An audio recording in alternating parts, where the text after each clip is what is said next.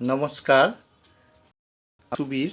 আপনারা দেখছেন সুবীরদার লাইফস্টাইল 555। আজকের বিষয় বাস্তুমতে পড়ার ঘর।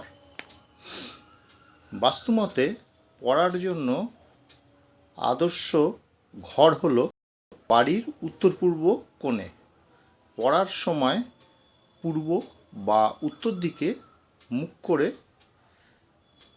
পড়া হচ্ছে সবথেকে ভালো। ঠিক আছে, পূর্ব দেয়ালে ভালোভাবে আলোকিত করতে হবে, বইয়ের তাক থাকা উচিত। ঠিক আছে, মানে পূর্ব দিকে দেয়ালে আলোকিত বইয়ের তাক থাকা উচিত। আচ্ছা, পূর্ব বা উত্তর দিকে মুখ করে পড়াশুনো করলে স্মৃতিশক্তি ধরে রাখা যায় এবং মনোযোগ বৃদ্ধি হয়। পড়ার টেবিলটা কোনো বিমের নিচে বা কোনো কাঠ আছে এমন তার নিচে রাখা উচিত নয়, তাহলে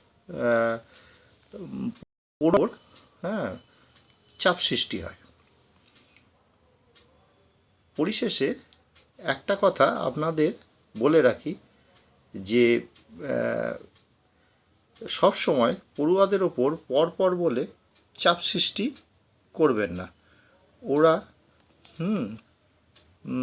ওর ছেলে পড়ায় শোনায় ভালো, ঠিক আছে, তোর দ্বারা কিছু হবে না, তোর মাথায় কিছু নেই, শুধু শুধু তোর পিছনে টাকা কড়ি খরচা করছি, এই কথাগুলো বলে সন্তানদের ওপর ও নিজেদের উপর চাপ না বাড়িয়ে বন্ধুর মতো সন্তানদের সঙ্গে মিশুন। মাঝে মধ্যে আপনারাও ওরা যে সাবজেক্টগুলো পড়ে সেগুলো একটু পড়তে থাকুন। সে যখন যে সাবজেক্ট পড়বে আপনি তার অন্য একটা সাবজেক্ট নিয়ে তার কাছাকাছি বসেই পড়তে থাকুন, তাহলে সেও উৎসাহিত হবে, দেখবেন। ঠিক আছে, আর মাঝে মাঝে একটু রেস্ট নিতে বলুন, দেখবেন খুব ভালো থাকবে আপনার পরিবারটি। আজকে কেন এই কথাটা বলছি, যে ধরুন স্কুলে ভালো ভালো স্কুলে আর কি ছোট্ট ছোট্ট বাচ্চাদের ওপর ভীষণ চাপ দেয় পড়াশুনো করার জন্য। এটা একটা কি হয়, মানে সাময়িক দৃষ্টিতে দেখলে যে খুব ডিসিপ্লিনে থাকলে লেখাপড়ায় ভালো হবে, সেই জন্য এগুলো সেই সব স্কুল থেকে করানো হয়। ঠিক আছে, এবার হচ্ছে কি, দেখুন, ব্রেন তো সবার সমান নয়।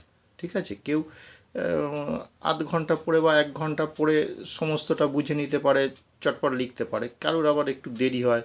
ঠিক আছে, তো সেই জন্য হচ্ছে কি, মানে তাদের ওপর অযথা চাপ সৃষ্টি করা উচিত নয়। এবার ধরুন স্কুলে এবং বাড়িতে দুই জায়গায় যদি চাপ সৃষ্টি করা হয়, ফলে আজকে আমরা বিভিন্ন কাগজে বা বিভিন্ন চ্যানেলগুলোতে স্টুডেন্ট সম্পর্কে যে দুঃসংবাদগুলো পাই, খুব খারাপ লাগে, মন ব্যথিত হয়ে ওঠে। ঠিক আছে, যে যে আগামী দিনে যাদের ভবিষ্যৎ তারা কিভাবে করছে, মানে একটু সামান্য কথাতেই তারা খারাপ ডিসিশন নিয়ে নেয়। সেই জন্যই আমি এই কথাগুলো বললাম। আশা করি আপনাদের ভিডিওটা ভালো লাগবে, আপনারা বোঝার চেষ্টা করবেন আমি যেগুলো বললাম। ঠিক আছে, আর আপনারা সুস্থ থাকবেন, ভালো থাকবেন। আজকের মতো ভিডিও এখানেই শেষ করছি। নমস্কার।